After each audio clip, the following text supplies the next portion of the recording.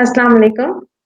Welcome everyone to today's webinar conducted by Australian Concept Infertility Medical Center on a very enlightening and factual topic. Let me walk you through today's program. First of all, we will start with the recitation of the Holy Quran, followed by a brief introduction about the history of Australian Concept Infertility Medical Center. After that, Dr. Noori Kiran Harris will present her topic on demystifying obesity in subfertility.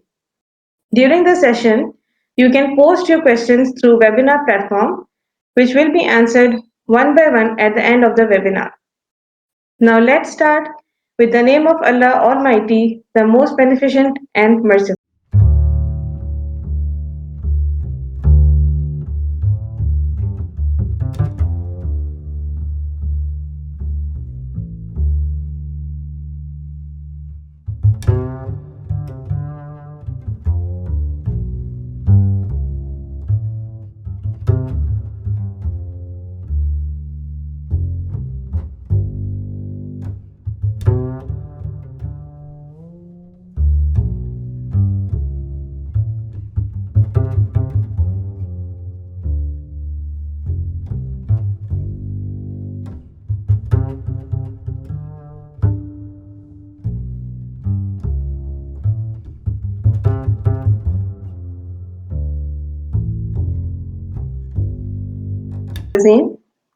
Now let me introduce about ACIMC.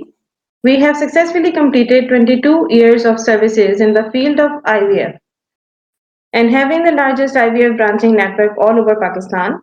We are responsible for the first FPT baby of Pakistan and delivering world-class IVF lab services with consistently high success rate and providing complete IVF treatment under one roof. Our labs are independently quality assured by Australian scientists on regular basis. We are always active in supporting non-affording patients through Angel Trust. We have trained the highest number of gynecologists in IVF techniques and technologies in Pakistan. I would like to introduce you about Dr. Noori Kiran Harris. She is one of the best and most experienced gynecologists in Faisalabad. She is working as an assistant professor in Department of Medical Education as well as subfertility consultant at Australian Concept Infertility Medical Center, Faisalabad. Dr. Noori Kiran Harris is a graduate of King Edward Medical College, University Lahore. She completed FCPS, OBS and Gynae followed by acquiring certificate in sexual reproductive medicine in 2014. She has achieved diploma in artificial reproductive techniques in year 2019 and her interest in academic led to completing Masters of Sciences in Medical Education from University of Lahore with highest grade in 2018 and certificate in online learning from Duke University. Now please welcome Dr. Noori Kiran. So, Bismillah Rahman Rahim. Thank you, Ms. Sahar, for such a humble introduction about me, and I'm really glad to be here. And thank you, Australian Concept Infertility Medical Center, to have me here to talk about such an interesting topic, which is like a myth to all of us, and it's like a puzzle that we often need to solve during our clinic hours. And without any further delay, I'm going to start off with describing what we are going to talk about today. I'm going to start off with describing the prevalence of obesity globally and locally. And then we can go into the pathophysiology behind the role that obesity plays in the subfertility. And most important, we'll discuss about the impact of obesity on the natural reproductive potential as well as the IVF results. How are they different and similar? And in between the slide, I think it's best that I keep on telling you about small practice points, which I have seen throughout my experience, how to cope with such patient, keeping each small slide by slide and bit by bit. So I hope you all have a good learning experience today. So about obesity, prevalence of obesity has nearly tripled in the last 3 decades between 1975 to 2016. Only the previous studies showed that between 1975 to 2009, the prevalence of obesity was doubled, and only from 2009 to 2016, that means only in around 7 years, this prevalence has almost tripled. A recent research done in 2016 showed that 39% of the adults aged 18 years and above were overweight, and 13% of the world's adult population in 2016 were obese. So this graph shows the prevalence of obesity in the 1990s. You can see that much of the population laid in the light orange segment, meaning around 50 to 60% of overweight classification. However, when we move on to the 2010s years, we can observe how much of the color patterns of the map on the world has changed. Much of the prevalence for overweight and obese population now lies in the 70 and 80%. And believe me, this is so drastic. So this was about the local global data. So when we come and talk about the local data, multiple studies were given. Before explaining that, here is the countrywide distribution of various obesity prevalence in different countries. As you can see in this pictorial, you can see that the maximum rate of obesity has been observed in United States of America, having 31% of prevalence, followed by Mexico having 24%, then UK 23%. And when we see the least rate, we can see the countries like Korea having 3%, Japan 3%, and Norway 6%. So where do you think that Pakistan might lie in this spectrum? You can see that India, Ireland is there, India is not there. So, and just make a brief mental guess, and I'll let you know that a study was performed involving patients in 2011, in which 45.8% of the participants were obese and 18% were overweight. And this was a data from 2011. But interestingly, if you do observe, there was a poor agreement between self-perception and actual BMI. Actually, this is really interesting that often we have patients in our clinic who have high BMI, who do not perceive themselves to be obese or overweight, and we have to counsel them how to manage. So among these obese participants, 73% did not perceive themselves as obese, and half of them, that is 50% of them, thought that they may be overweight.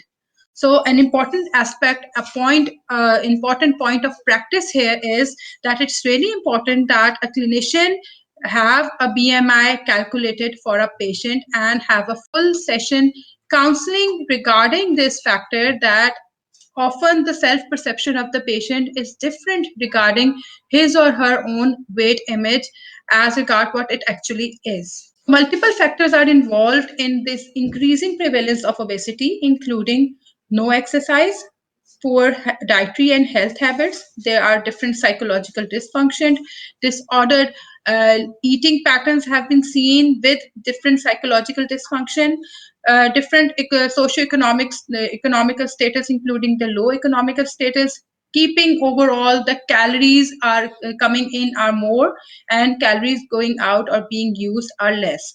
This was a general trend. So we need to have a stop to this overall runaway weight gain train, and we can only do it if we allow the patients and if we counsel the patients properly about their improved lifestyle.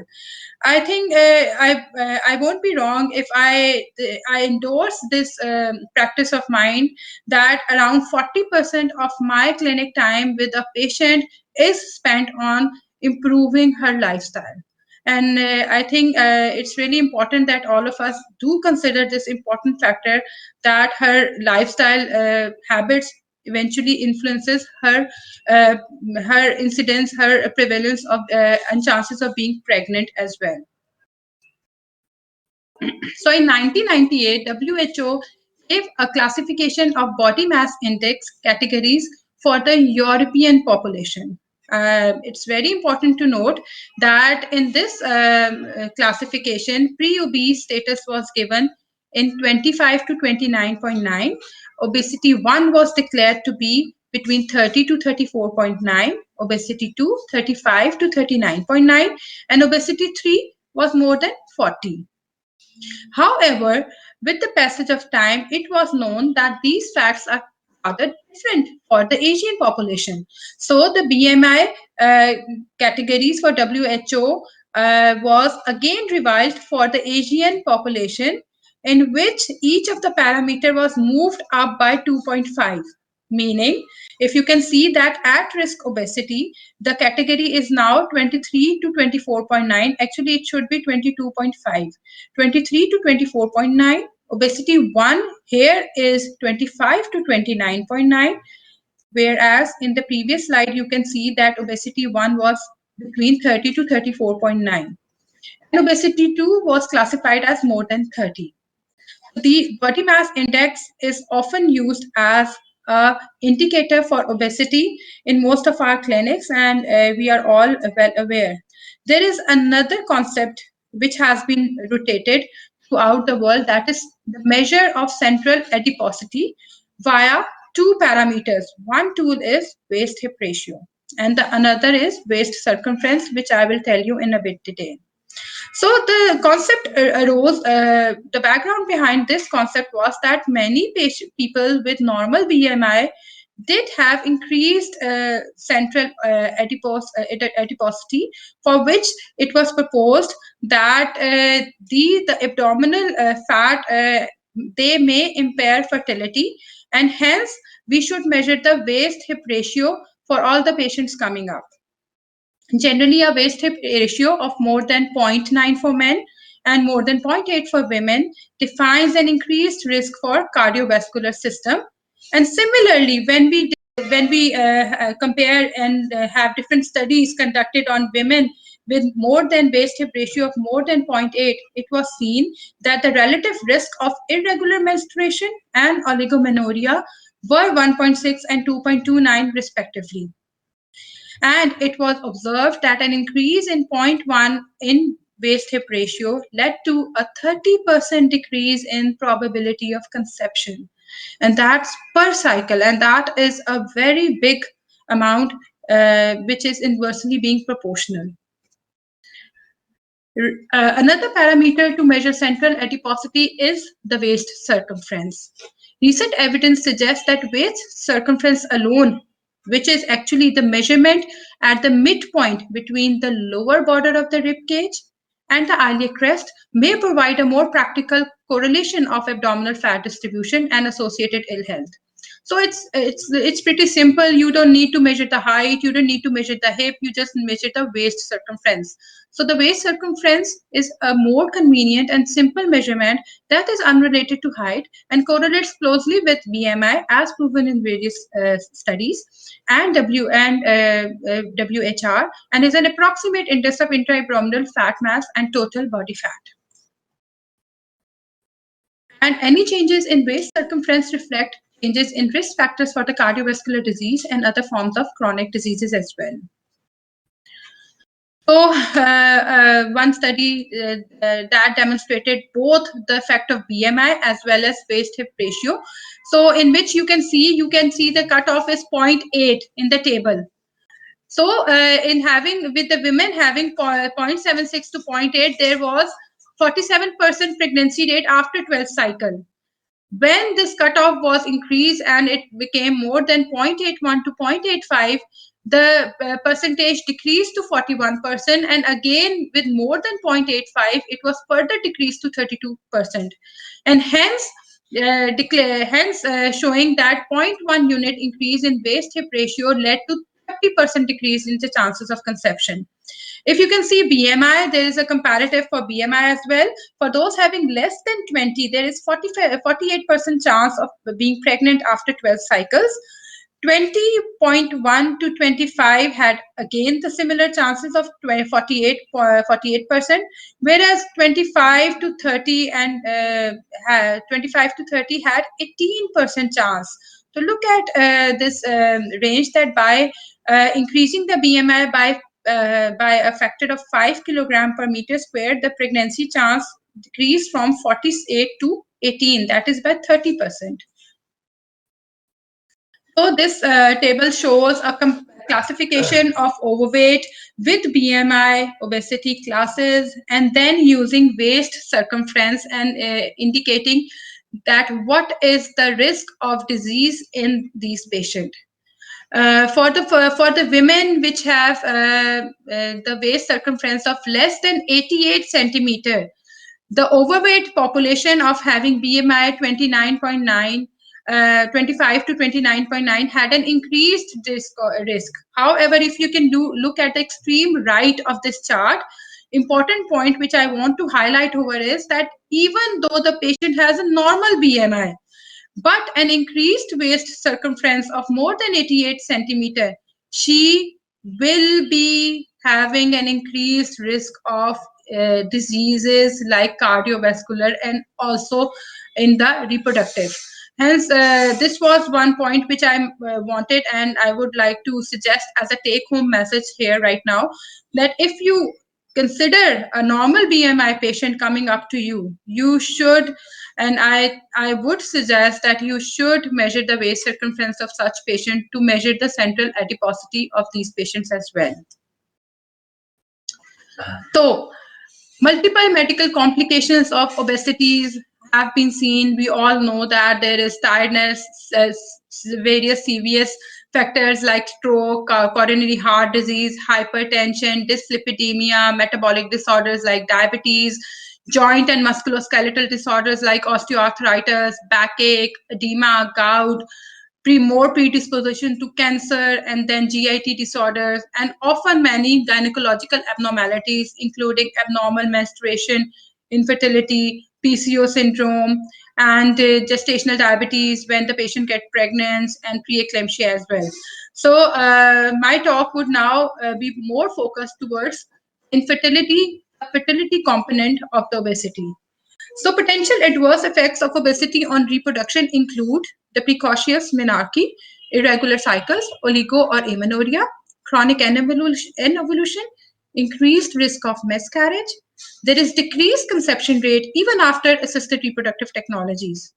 And even if the patient gets pregnant, there is increased morbidity in the pregnant women, which include worsened outcome of preterm deliveries, increased androgenization, and various other pathophysiological implications for PCO and associated metabolic syndrome. So the question arises, how does infertility, how does obesity affect the natural fertility outcomes? And how does obesity affect the treatment of infertility, which is given in various of our centers?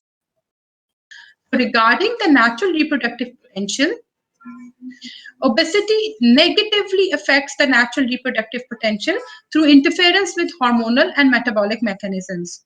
Female obesity, especially with abdominal fat distribution, leads to a lower ovulation frequency and reduced chances of conception. And women with moderate obesity and increased in waist circumference of more than 0.85 have half of their conception rate, which is spontaneous. So the rate is around halved in those patients in which there is moderate obesity and waist circumference of more than 0.85. In general, the risk of infertility has been shown to be threefold higher in obese patient than in non-obese patient. However, it is difficult to describe the mechanism of how obesity works simply because it is so multifactorial and it is complex and several mechanisms are involved.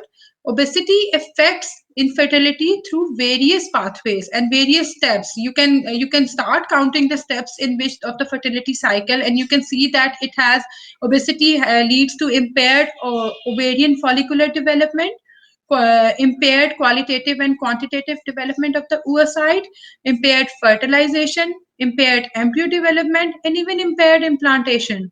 So obesity affects all these steps in variety of ways in complex pathways. Moving on to if you all remember the basic physiology of the menstrual cycle, and you can all recall that a menstrual cycle and ovulation is regulated through the hypothalamic pituitary ovarian axis. What really happens that in these obese women, gonadotrophin secretion is affected as effect of increased peripheral aromatization of androgens to estrogen. And at one time, there is being increased peripheral aromatization of androgen to estrogen due to increased fat cells.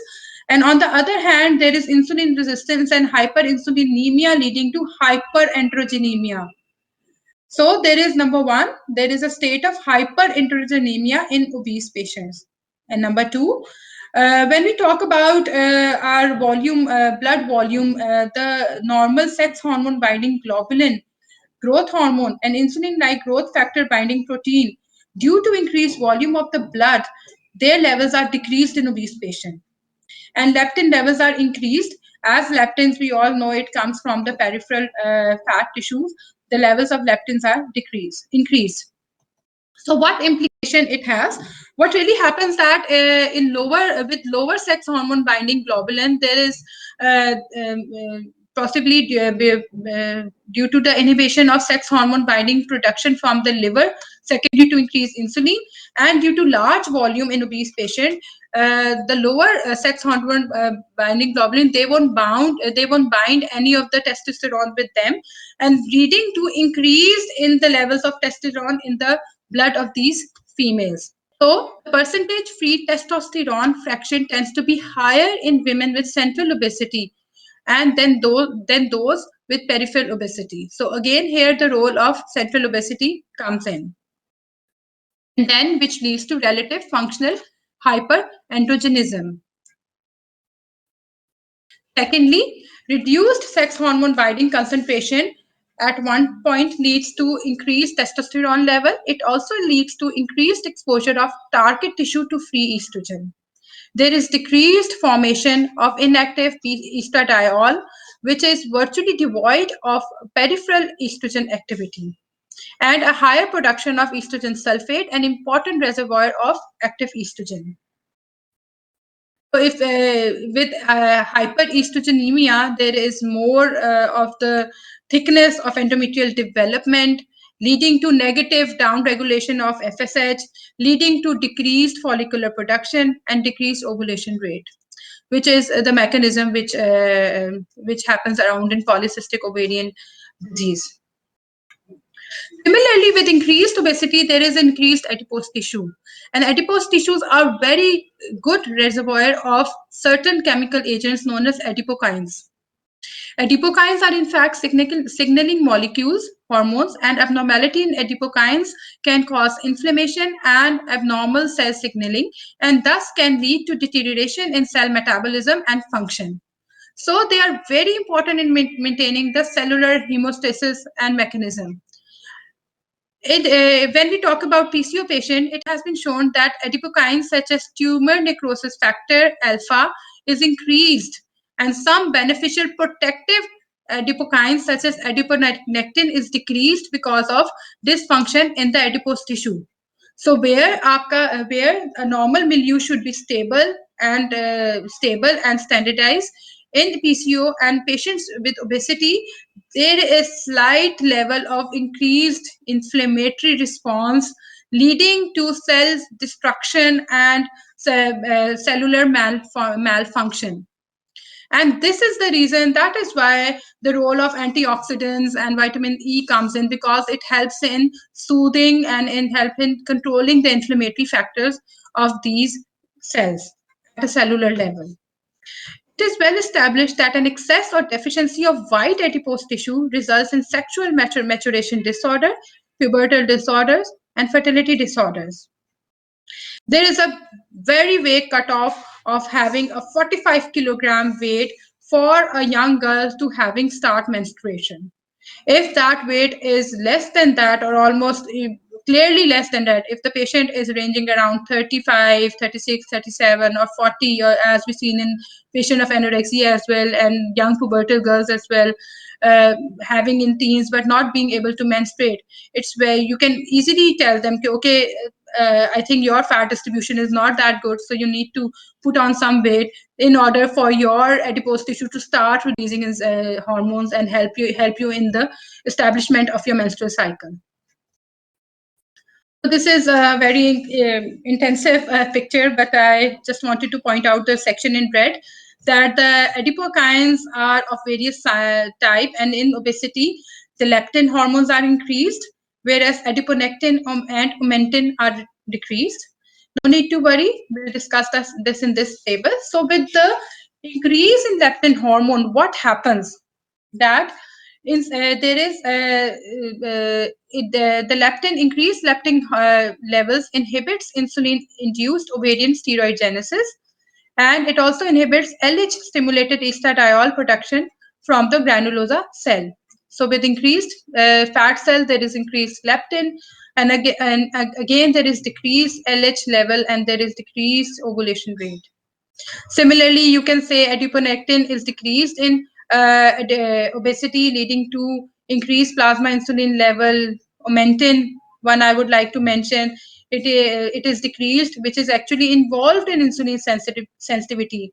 All these factors, they lead to a general insulin resistance in a patient, for which we are always given various agents to an insulin sensitizer in a patient with PCO. So this is the background which I wanted to make stress on, so that we can understand about the various drugs that we use in the PCO patients and very other obese patients. In short, increased androgen production, reduced binding of androgens lead to sex hormone binding globulin, contribute to hyperandrogenism, resulting in anovulation through inhibition of follicular maturation. So we move on to the next segment, that is effect of obesity on assisted conception. So what happens? Everything is controlled. We are managing the ovulation induction. We are managing the endometrium lining production.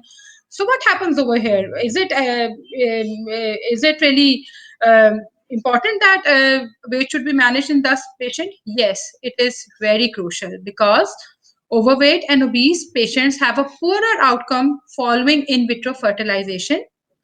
There is a lower chance of pregnancy, a decrease around 30%, and an increased miscarriage rate increase around 30%. There is an association between obesity and poor embryo quality in women even below 35 years of age. And young obese women have a less chance of cryopreserved embryos and need a higher dose of gonadotrophins because of their increased volume. So obese women who are undergoing ovarian stimulation at ART programs, they require higher doses and a longer period of gonadotrophin treatment. And there is also a lower ovarian response to controlled ovarian stimulation in obese patient undergoing IVF. So body mass index, there were around 3,500 patients who were recruited in this study, and this was published in BMJ. And the regression analysis confirmed that the patients with BMI 25 to 29.9 had a 42% chance in achieving pregnancy, with odds ratio of 0.81, and those with 30 to 34.9 had an odd ratio of 0.73, and more than 35 the odd ratio was 0.5. That's almost the half of the routine in which the BMI was normal. So the pregnancy, what does the obesity have effect on the stimulated cycle? The pregnancy per started cycle among BMI group was 0.85, and as we can see that as the BMI is increasing, the pregnancy rate was found to be getting lower and lower, and there is thus it indicated that there is an inverse proportion between the BMI and the pregnancy rate. Overall, various studies have shown that with obesity, there is reduced oocyte retrieval, poor quality of oocyte and embryo, decreased intrafollicular human chorionic gonadotrophin concentration. This is just another table from a systematic review taken from 2007, in which it shows that what happens. They have discussed various parameters in obese patient, and we can start off that the FSH dose was found to be increased highly significant in among the overweight patient. Regarding cycle cancellation, the results were found to be not insignificant. The number of oocyte recruited in overweight patient, there were fewer oocyte recruited, which was found to be, the amount was found to be significantly reduced. Regarding OHS, ovarian hyperstimulation syndrome and pregnancy rates, the difference was not seen to be observed. Regarding the pregnancy rate, it was shown that the pregnancy rate was significantly lower in overweight patient, and live birth rate and miscarriages, they were not found to be that significant. Whereas in overweight, there was yes, the miscarriage rate in overweight and very overweight or obese patient, there was found to be significantly high. So the BFS guideline in 2007 declared that treatment should be deferred until the BMI is achieved of less than 35 kilogram per meter square, although in those with more time, in those patients with more time. However, if you are short of time, and if you have the age of the patient is going above 35, then you can allow the otherwise it is preferable that the patient achieves a BMI of less than 30 kilogram per meter square. So, like males also have various effects of obesity, and which affect their natural reproductive potential. In males, there is reduced testicular volume, reduced semen quality, reduced estrogen, and decreased sperm concentration. And lastly, there is disturbed testicular thermoregulation, all of this leading to impairment of spermatogenesis. So, in summary, obesity negatively affects natural reproductive potential through interference with hormonal and metabolic mechanisms. Female obesity, especially with abdominal fat distribution, leads to a lower ovulation frequency and reduced chances of conception, and also in women without anovulatory infertility. There are strong association between obesity, polycystic ovarian syndrome, and a frequent cause of ovulation dysfunction and insulin resistance. Although possible effects of obesity on male reproductive potential have been less studied, it is clear that obesity leads to lower testosterone levels and other endocrine abnormalities, higher scrotal temperature, and higher rate of erectile dysfunction. In couples affected by obesity-related infertility problems, weight reduction can improve chances of natural conception. So that is my take-home message from you all. And thank you for your time, and any questions are invited at this time. Thank you so much, Dr. Nurikiran, for sharing such a knowledge with us and an excellent talk. Anyone of you having questions, please post in the question and answer section. Okay, thank you, Ms. Rosina, for your question. There is a question that early menarche with obesity. Can you elaborate? Yes, definitely. As I suggested that with increased adipose tissue, there is increased estrogenization and increased estrogen levels going around. So when the estrogen level are increased, there is increased endometrial development, and as a result, these girls often have an increased incidence of menarche. But if you notice that during the first few months, they will start having periods and regular menstrual cycle, and then there will be a phase in which they go into a phase of oligomenorrhea on possibly prolonged cycle, and then they start into that vicious cycle that you have to lose weight to have a regular menstrual cycle. So yes, there is increased chances of having early menarche in a patient with increased fat cells, or for those girls who are obese or overweight. Thank you. Dr. Nuri, we have another question. Yes, please. Hana Rahman asked, is the effect of obesity on reproductive potential independent or due to reactive oxygen species? Is the effect of obesity on reproductive potential independent or due to reactive? Actually, it is so complex, Dr. Ihana. Thank you for your question.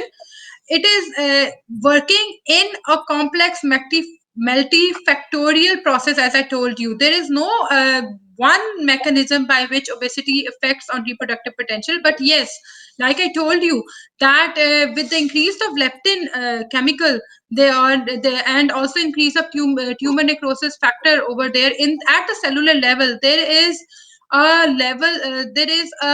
low grade inflammatory process that is going on at cellular level.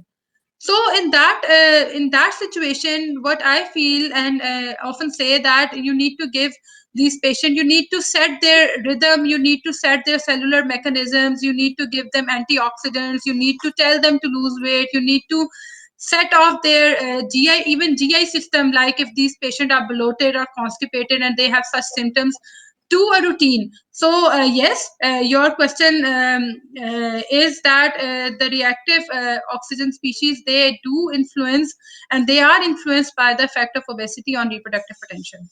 Thank you. Dr. Nuri, another question from Dr. Sadia Ahmad. She is asking, do you think metformin should be given to every pregnancy with increased BMI? Sadi, you need to understand, thank you for the question, but you need to understand why you are giving metformin to a patient with increased BMI. Are there any other causes that might lead to the increased BMI in that patient, or do you plainly label a patient with PCO without any further working, or and label and think that insulin resistance is by default present in that person? So this the answer to this question is you need to evaluate your person, your patient very carefully while giving metformin. Maybe she doesn't need metformin, maybe there is some other cause of obesity in that patient. So although the incidence of obesity around I would say not even 40%, around 60% of our girls coming here, they might be having insulin resistance secondary to PCO. But even then, I would request you to kindly go through the patient history very carefully and then determine according to that. A good parameter might be the waist circumference, measuring the waist circumference. For central obesity, those patients can be helped with given metformin rather than just alone increased BMI. Yes, obesity is an independent risk factor for miscarriages. Very true. Not with PCO, but obesity is running another function. Just as I discussed the role of various adipokines, those play very important role, and the release of other factors like tumor necrosis factor and increased leptin levels. So the obesity can be an independent risk factor, but association needs to be determined in further studies. Okay, have another question from Dr. Tasneem Tahira. What about drugs used for weight reduction like Orlistat?